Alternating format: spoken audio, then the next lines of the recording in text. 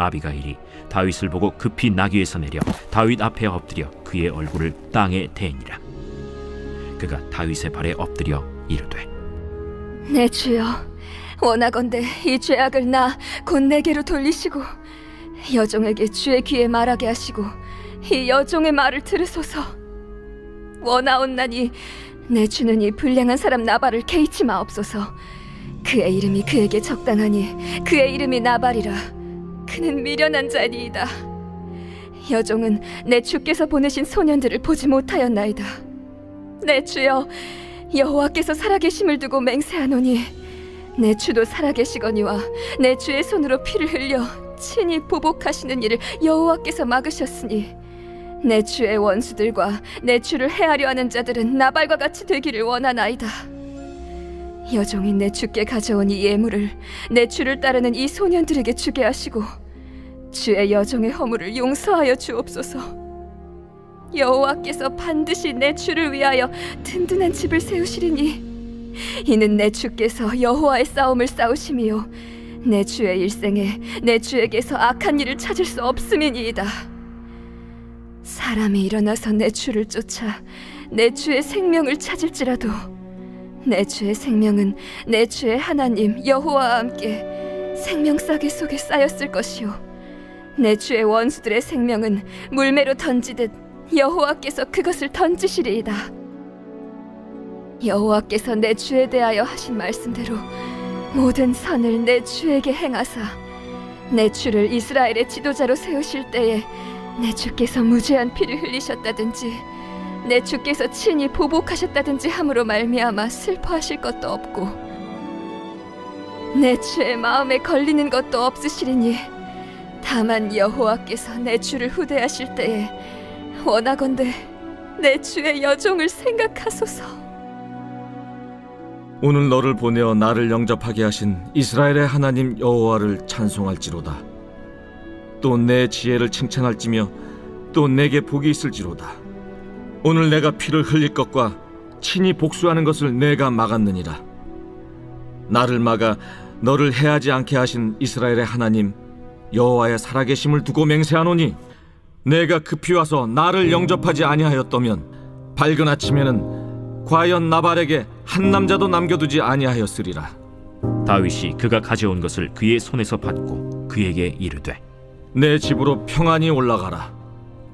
내가 내 말을 듣고 내 청을 허락하노라. 아비가일이 나발에게로 돌아오니 그가 왕의 잔치와 같은 잔치를 그의 집에 배설하고 크게 취하여 마음에 기뻐하므로 아비가일이 밝는 아침까지는 아무 말도 하지 아니하다가 아침에 나발이 포도주에서 깬 후에 그의 아내가 그에게 이 일을 말하매 그가 낙담하여 몸이 돌과 같이 되었더니 한 열흘 후에 여호와께서 나발을 치심해 그가 죽으니라. 나발이 죽었다 함을 다윗이 듣고 이르되, 나발에게 당한 나의 모욕을 갚아주사 종으로 악한 일을 하지 않게 하신 여호와를 찬송할지로다. 여호와께서 나발의 악행을 그의 머리에 돌리셨도다. 다윗이 아비가일을 자기 아내로 삼으려고 사람을 보내어 그에게 말하게 하매 다윗의 전령들이 갈멜에 가서 아비가일에게 이르러 그에게 말하여 이르되, 다윗이 당신을 아내로 삼고자 하여 우리를 당신께 보내더이다. 아비가일이 일어나 몸을 굽혀 얼굴을 땅에 대고 이르되, 내 주의 여종은 내 주의 전령들의 발 씻길 종이니이다. 아비가일이 급히 일어나서 나귀를 타고 그를 뒤따르는 처녀 5과 함께 다윗의 전령들을 따라가서 다윗의 아내가 되니라. 다윗이 또 이스라엘 아히노암을 아내로 맞았더니 그들 2사람이 그의 아내가 되니라. 사울이 그의 딸 다윗의 아내 미가를 갈림에 사는 라이스의 아들 발디에게 주었더라. 오늘 새벽에도 주님의 보좌 앞으로 나오신 성도님들에게 하나님의 은혜와 평강이 함께 하시기를 축원드립니다. 오늘 사무엘상 25장 후반부 함께 살펴보겠습니다. 사무엘서는 다윗에 대한 이야기를 담고 있습니다. 그가 왕이 되는 그 왕으로 지목되는 순간부터 그의 죽음까지를 다루고 있는데요. 다윗은 이스라엘이 암흑 속에 있을 때에 한 줄기 빛과 같이 등장하였습니다. 이스라엘의 어려움은 백성들도 알고 있어서 왕을 요구하였죠. 하나님은 신앙적 모범자로 왕을 허락해 주십니다. 그 첫 번째 왕은 사울이었는데요. 사울은 율법적인 행위로 종교적인 모습으로 하나님을 조종하고 이용하려 하였습니다. 결국은 하나님께 불순종하여 왕의 자리에서 버림받게 되었죠. 그 뒤를 이어 왕으로 지목된 자는 다윗이었습니다. 다윗은 소년 시절에 골리앗을 죽이며 주목받게 되었고 그가 장수가 되어서는 승승장구하게 됩니다. 사울은 자기의 왕위를 빼앗길까 하여 다윗에 대한 시기와 질투로 죽이려고 합니다. 처음에는 은밀히 죽이려 했지만 후에는 공개적으로 다윗을 죽이려 하여 다윗은 사울을 피해 도망자의 세월을 보내게 되죠. 그는 성막이 있는 높당에 처음 방문하여서 골리앗의 칼을 챙기며 하나님 앞에 기도하면서 도망자의 세월을 지내게 됩니다. 블레셋에 가서는 미친 척하여 생명을 구하였고요. 아둘람 굴로 피하였을 때는 400명의 군사들이 모이게 되었습니다. 먹고 사는 문제로 모압 땅으로 이주하였다가 갓 선지자로 하여금 유다 땅으로 돌아오게 하시죠. 헤렐 수풀에 숨어 있을 때에는 사울이 400명의 군사와 유다 땅으로 돌아온 다윗을 보고 반란을 일으킬까 하여 분노하여서 그를 도왔던 제사장 그룹을 85명이나 몰살시켜버리는 일이 발생하게 됩니다. 이때부터 이제 이스라엘의 진정한 왕이 누구인지 성경은 우리에게 보여주고 있습니다. 그일라 지역에 블레셋의 공격이 있었는데 사울은 이 블레셋을 몰아낼 생각을 하지 않고 가만히 있게 되죠. 반면 다윗에게 도움을 요청한 그일라 사람들을 위해서 다윗은 자기의 신분과 위치가 노출될 것을 무릅쓰고 그일라를 도우러 가게 됩니다. 이 소식을 듣는 이 사울 왕은 그일라 사람들을 도울 생각은 하지 아니하였지만 다윗을 잡기 위해 모든 군대를 동원하여 그일라로 오게 되죠. 그때 하나님이 이 다윗을 도와 피하게 하시고 그 신광야에서 요나단을 만나게 합니다. 이 요나단이 다윗을 향하여서 이제 왕 당신이 차기 이스라엘의 왕이다라는 고백을 드디어 듣게 됩니다. 그래서 그 이후에 이제 사울의 추격을 피하여 엔게디 요새로 피하였던 다윗은 동굴에서 사울이 용변을 보기 위해 숨어 들어온 그 틈을 다 죽일 수 있었지만 그를 살려두죠. 그때에 멀찌감이 있을 때 잘라낸 옷자락을 보이면서 죽일 의도가 전혀 없음을 공개합니다. 이때 사울이 고백합니다. 네가 진정 이스라엘의 차기 왕이 되겠구나 라고 하며 이스라엘 진짜 왕이 누구인지 이렇게 또 고백을 하게 하죠. 그 다음 장면이 바로 나발의 장면입니다. 바란 광야에서 숨어 지냈던 다윗이 이 먹을 문제가 늘 대두되었습니다. 그때 마침 나발이라는 사람이 큰 기업을 갖고 있었는데 그가 양털 깎는 시기가 되었으니 그를 좀 보호해 주어서 양식을 좀 얻고자 하였습니다. 그래서 이 목자들이 양털 깎기를 하며 그들이 수확을 할 때에 멀찌감치해서 다윗의 군대가 보호를 해주죠. 도둑이 들지 못하도록 밤낮으로 경비를 서 주었습니다. 그래서 양털 깎기가 다 마쳐지고 그 양떼들의 주인인 나발에게 이러이러하니 우리 군대들이 먹을 수 있는 양식을 좀 달라 요청한 것이죠. 근데 나발이 하는 이야기가 뭐냐면 내가 언제 도와달라고 했냐. 내가 다윗이 누군지도 모르겠고 이새의 아들이 누군지도 모르겠고 근데 요즘 듣자 하니 주인을 배반하고 도망다니는 놈들이 있다는데 내가 그런 자들에게 어떻게 대접해 줄 수 있겠냐 하면서 다윗을 모욕하게 되었습니다. 이 이야기를 들은 다윗은 너무 분노하여서 군대들을 이끌고 600명의 군대인데 400명을 데리고 이 나발을 죽이겠노라고 진격해 들어오죠. 다윗이 진격해 온다는 이야기를 들은 나발의 아내 아비가일이 이 소식을 듣고 자기 남편이 너무 어리석은 짓을 했구나라는 생각을 하게 됩니다. 그렇게 다윗이 보호해 줬는데 마땅히 줘야 될 양식을 주지 아니함을 깨닫고 이 양식을 엄청나게 싸가지고 먼저 나귀를 태워 종들에게 보내게 되죠. 그래서 다윗은 나발을 죽이기 위해서 진격해 오고 아비가일은 다윗을 만나기 위해 출발하였습니다. 중간 어디쯤에서 만나게 되었습니다. 그래서 이제 만난 그 이야기가 오늘 본문에 나와 있습니다.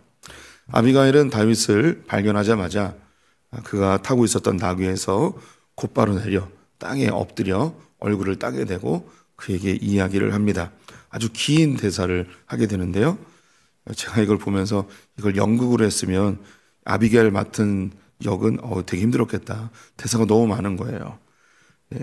그래서 이 많은 대사를 정리를 하면 7가지로 정리할 수 있습니다. 첫 번째는 나발은 미련한 자입니다. 이런 미련한 자를 죽이면 안 된다는 거죠. 미련한 자를 죽이면 당신도 미련한 사람처럼 된다는 거예요. 두 번째는 주의 손으로 피를 흘려 친히 보복하는 일이 없게 하십시오. 보복하지 마십시오. 당신의 손에 피를 묻히지 마십시오. 세 번째는 예물을 준비했으니 이 예물을 받으시고 용서해 주십시오. 네 번째는 여호와께서 다윗을 위하여 든든히 집을 세우시리이다. 다섯 번째는 여호와께서 생명싸개로 보호하실 것입니다. 여섯 번째, 여호와께서 다윗을 이스라엘의 지도자로 세우실 것입니다. 마지막 7번째는 여호와께서 다윗을 후대하실 때에 이 여종을 꼭 기억해 주십시오. 7가지를 이야기합니다. 여기서 이제 제일 중요한 게 30절입니다. 여호와께서 내 주에 대하여 하신 말씀대로 모든 선을 내 주에게 행하사 내 주를 이스라엘의 지도자로 세우실 때에, 이 아비가일은 다윗에 대해서 당신이 이스라엘의 지도자가 될 것입니다 라고 선포하고 있습니다. 지금 이제 성도님들이 다윗이 도망자의 세월을 보내는 중에 하나님께서 다윗에게 왕임을, 진짜 이스라엘 왕이 누구인지를 확인시켜주는 작업을 지금 하고 있음을 보고 있습니다. 지금 이제 3명의 사람에 의해서 왕임을 입증을 받는 거죠. 그 첫 번째가 요나단이었고, 두 번째가 사울이었고, 오늘 나오는 이 아비가일을 통해서 이스라엘의 참된 왕은 당신입니다라고 확인시켜 줍니다. 우리 성도님들이 이제 성경을 읽으면서 뭔가 반복되면 이것은 강조하는 것임을 성도님들은 이제 아실 것입니다. 요나단, 사울, 그리고 아비가일. 그래서 3명의 사람을 통해서 다윗에게 진정 네가 이스라엘의 왕이다. 도망자의 세월을 보내고 있지만 그 비참한 굶주림 속에서 군대를 이끌고 이리저리 헤매고 있지만 이스라엘의 진짜 왕은 바로 너다라고 확증을 해주는 거죠.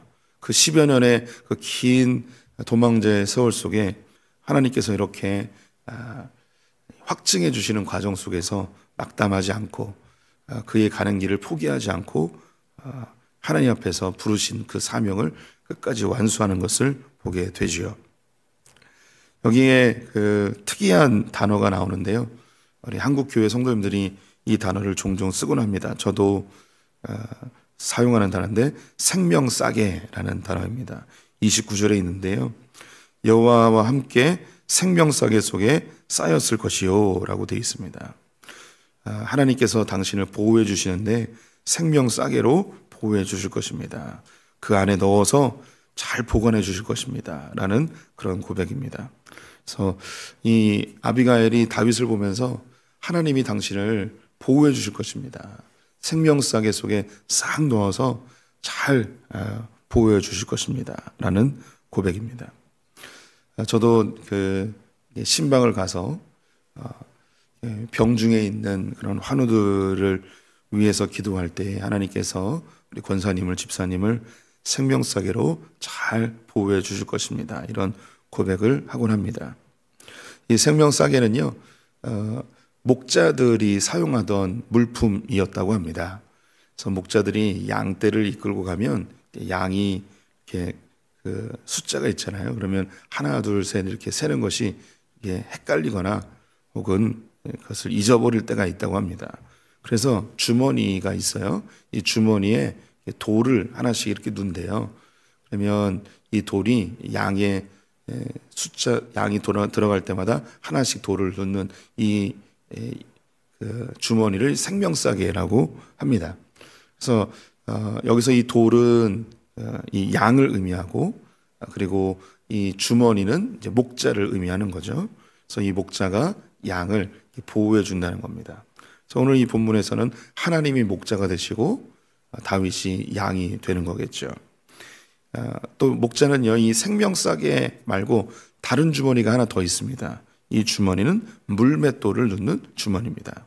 그래서 29절 뒤에 보면 생명싸개 속에 쌓였을 것이요 내 주의 원수의 생명은 물매로 던지듯 여호와께서 그것을 던지시리이다. 그래서 다윗은 생명싸개로 보호해주고, 이제 물매 주머니가 있는데 이 물매는 적의 원수에 대한 심판과 또 진멸의 도구로 사용을 하는 거죠. 그래서 생명싸개에는 양의 돌을 집어넣고 물매 주머니에는 물매를 넣다가 늑대나 사자가 오면 이것으로 공격을 합니다. 그래서 지금 이 아비가일의 고백은 하나님께서 당신을 생명싸개로 보호해주고 당신을 모욕했던 나발은 하나님께서 징계해 주실 것입니다. 이런 고백을 하고 있습니다. 그리고 한마디 더 하게 되는 게, 분명히 하나님께서 당신을 이스라엘의 지도자로 세우실 것입니다. 그럼 그것이 이루어졌을 때에 나를 꼭 기억해 주십시오 라는 거죠. 이 이야기를 들은 다윗이 감격해하면서 깜짝 놀랍니다. 하나님께서 당신을 보내서 나로 하여금 내 손에 피를 묻히지 않게 막아주셨군요. 내가 왕이 되었을 때에 흠이 없도록 당신을 보내서 나를 막아주셨군요.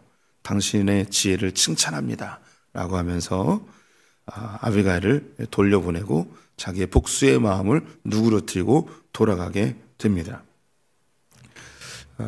이 아비가일의 지혜가 참 대단합니다. 그 당시에 이제 국가적인 정세뿐만 아니라 하나님께서 어떻게 일하고 계시는지를 눈으로 보고 있었던 거죠. 하나님의 기름 부으심, 그리고 하나님의 인도하심, 그리고 지금 나라에서 일어나고 있는 일들에 대한 판단력, 이 사건 하나만으로도, 그리고 그 아비가일의 고백만으로도 이 여인이 얼마나 지혜로운지 우리는 충분히 가늠할 수 있을 것 같습니다. 사건이 여기서 끝나지 않고 이제 다윗은 자기의 본진으로 돌아갑니다. 그런데 그 아비가일은 자기의 집으로 돌아가서 나발이 왕이 차려놓을 잔치만큼 어마어마한 음식을 차려놓고 잔치를 베풀고 있음을 보았습니다.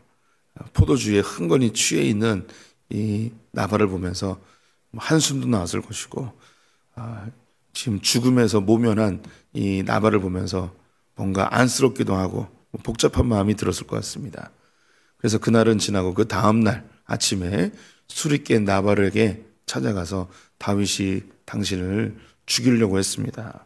다음에 이런 일이 있으면 절대 그냥 무시하지 마시고, 그렇게 군대들이 보호해 줬으면 다 이렇게 좀 보상을 해주고 그 은혜를 베푼 자들에게 은혜로 갚아줘야 되는 거 아닙니까? 뭐 이런 이야기를 했겠죠.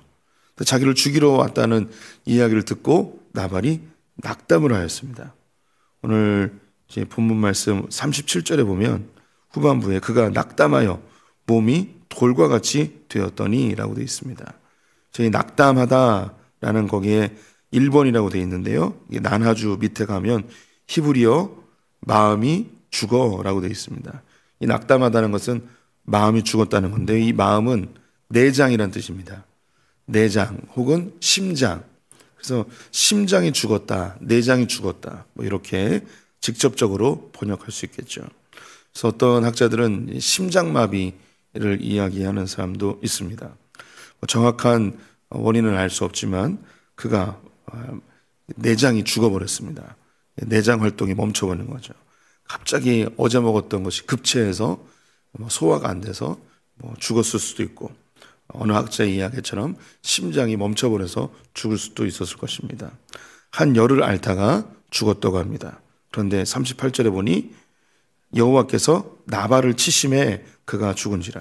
이 일은 그냥 일어난 것이 아니고 다윗을 모욕한 나발에 대해서 하나님께서 징계하신 것이죠. 나발이 죽었다는 이야기를 듣고 다윗은 급히 사람을 보내서 아비가일을 아내로 맞이하기로 합니다. 이런 여인은 내가 놓칠 수가 없다. 하나님께서 나발을 치셨으니 이 여인이 홀로 경제생활하는 것은 불가능하니 내가 거두어서 내 아내로 삼아야겠다. 다윗이 인생 가운데 자기의 마음을 참 헤아려주고 또 자기와 영적으로 좀 교감할 수 있는 사람들이 흔하진 않았어요. 그 믿음의 영적 지도자였던 사무엘이 있었고, 또 자기의 나이는 많았지만 벗으로 생각했던 요나단, 그리고 또 한 명을 만난 거죠. 이제 아비가일을 만났어요. 이 아비가일을 보고 그 마음에 이 여인은 놓치면 안 된다. 내 곁에 두고 내가 주님 안에서 한 걸음 한 걸음 걷는 데에 꼭 필요한 여인이다. 해서 아내로 맞이하게 됩니다. 성경 뒤에 보니 아내가 더 있었다고 합니다. 43절에 다윗이 또 이스라엘 아히노암을 아내로 맞았더니 그들 두 사람이 그의 아내가 되니라. 다른 성경을 보게 되면 순서가 첫 번째는 사울의 딸이었던 미갈, 이 뒤에 또 언급되죠. 두 번째가 아히노암, 세 번째가 아비가일, 이렇게 됩니다. 그래서 여기 뒤늦게 언급되지만 아히노암과 먼저 결혼을 하고 그리고 아비가일을 아내로 맞이하게 됩니다. 44절에 보니까 첫 번째 아내였던 미갈을 사울이 라이스의 아들 발디에게 주었다고 합니다. 다윗이 이제 도망을 갔고 배신을 했기 때문에 자기의 딸을 자기 전략적인 이런 정략적인 목적으로 다른 유력한 사람의 아내로 주게 되었죠. 후에 다윗이 왕위에 올랐을 때에 이 미갈을 다시 되찾아옵니다. 그런데 그 사이에는 자녀가 없어요. 아마도 돌아온 이후에 이제 부부로서의 생활은 하지 않은 듯합니다. 하나님께서 그 둘 사이에서 이제 자녀가 없게끔 하신 그런 계획도 있지 않은가 싶습니다. 이렇게 이제 다윗이 요나단과 사울과 아비가일에게 진정 이스라엘 왕이 누구인지 입증받는 장면이 계속되어지고 있죠. 반면에 이제 나발은 다윗을 왕으로 인정하지 아니함으로 하나님께 징계를 받게 되었습니다. 지난 금요일에도 말씀드렸는데 이 본문은 예수 그리스도와 직접 연관이 됩니다. 예수 그리스도께서 우리에게 이제 은혜를 베풀어 주셨죠. 우리를 위해 십자가에 달려 죽으셨습니다. 근데 우리가 그 예수 그리스도에 대해서 내가 언제 나보고 죽어달라고 했냐, 당신 보고 죽어달라고 했냐, 왜 혼자 죽고선 나한테 믿으라 말라 이렇게 강요하느냐, 이게 나발의 태도가 바로 그러하였습니다. 그 예수 그리스도께서는 저와 우리 성도님을 위해서 십자가에 달려 죽으셨습니다. 우리를 위해서 먼저 은혜를 베풀어 주셨죠. 이 은혜에 대해서 우리가 어떻게 반응할 것인가. 나발처럼 이것을 거부하게 되면 우리는 그 생명을 얻지 못하고 우리는 멸망으로, 징계로, 심판으로 나아가게 되는 것이죠. 반면에 아비가일처럼 당신의 행한 일이 참으로 위대합니다. 당신은 진정 우리의 왕이십니다. 라고 그 예수 그리스도의 죽으심과 왕되심을 인정하고 높여드리면 우리는 예수 그리스도의 신부가 되는 것이죠. 우리는 이미 공중곳에 잡은 자의 이제 아내로 우리는 잡혀 있는 존재들입니다. 우리는 사단에 의해서 유린당하고 우리는 이용당하고 학대당하는 존재이죠. 우리는 이 공중권세 잡은 자와 연합되어 살아가는 존재들입니다. 이 세상의 물질주의, 하나님을 대적하는 문화들, 또 개인주의와 또 냉정한 이 사회 속에서 완전히 결탁되어서 연합되어서, 즉 세상이 신랑이 되고 우리가 신부되어진 삶을 살아가는 거죠.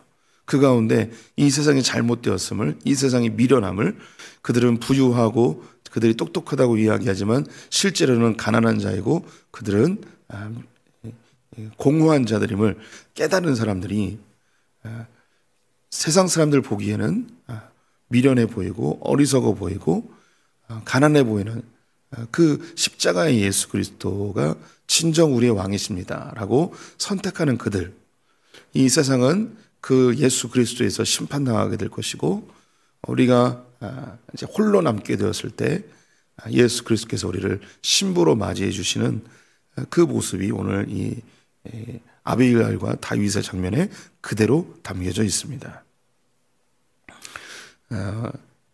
십자가의 도가 멸망하는 자들에게는 미련해 보이는 것이지만 구원을 받은 우리들에게는 능력이 됩니다.